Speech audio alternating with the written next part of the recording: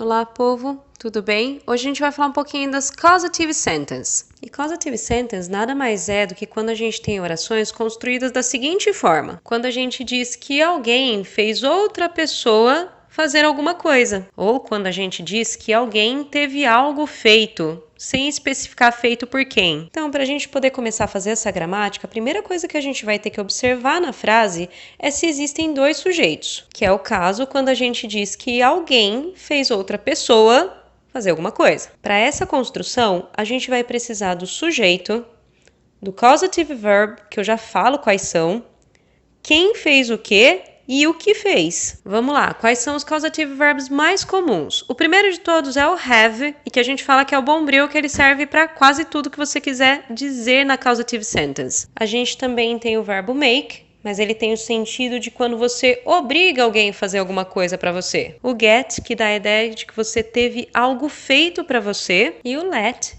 que dá a ideia que você permitiu alguém fazer alguma coisa. Mas, na dúvida, usa o have que dá certo. Além de saber os causative verbs, é importante a gente fazer uma observação sobre se o que fez aqui, a ação que foi feita. Nesse tipo de oração, a gente sempre vai usar o verbo na forma básica, sem to, sem ing, sem s, sem nada. Só o verbo e acabou. E esse o que fez também não pode ser conjugado em tempos verbais, passado, presente, futuro, ele tem que ficar na forma básica.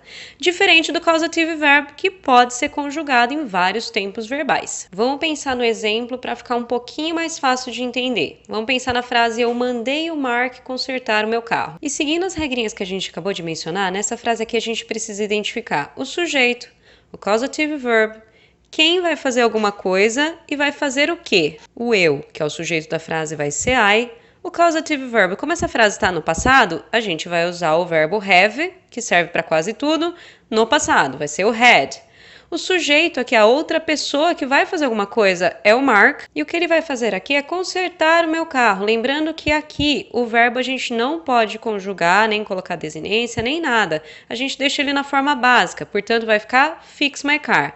A frase completa, I had Mark fix my car. E sobre essa história de qual verbo nesse tipo de oração que eu posso conjugar, vamos pensar esse mesmo exemplo, só que se tivesse no futuro. Bora supor que a frase fosse eu mandarei o Mark consertar o meu carro. O verbo que a gente pode colocar no futuro, no passado, no presente, é o causative verb. Então aqui ficaria I will have Mark fix my car. Notem que o fix ficou na forma básica, tá bom? Agora, vamos pensar um pouquinho no segundo tipo de causative sentence. Naquela em que só um sujeito vai aparecer. Alguém teve algo feito e a gente não diz quem foi que fez. Para esse tipo de frase, a gente vai precisar usar a estrutura de sujeito, o causative verb, o objeto e o que foi feito com esse objeto. Só que aqui a gente vai ter uma regrinha de conjugação que vai ser um pouquinho diferente. Esse o que foi feito vai ter que ser sempre conjugado com o verbo no particípio passado. O que é isso?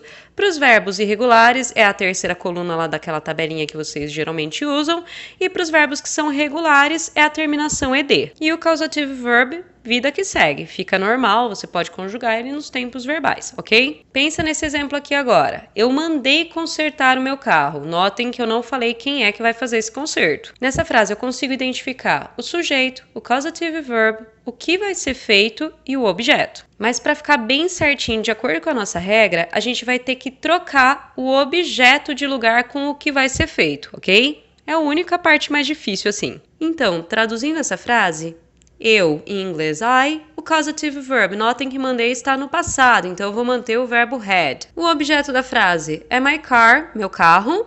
E o que foi feito com ele? Qual ação foi feita com esse carro? Consertado, lembrando que aqui a conjugação vai ter que ser sempre na terceira coluna. Por isso que o fix vai ficar fixed, com ed. Então, bem rapidinho, primeiro passo, ver quantos sujeitos tem na sua frase e só depois você aplica as regrinhas que a gente comentou aqui na aula. Tudo bem? E é isso, povo!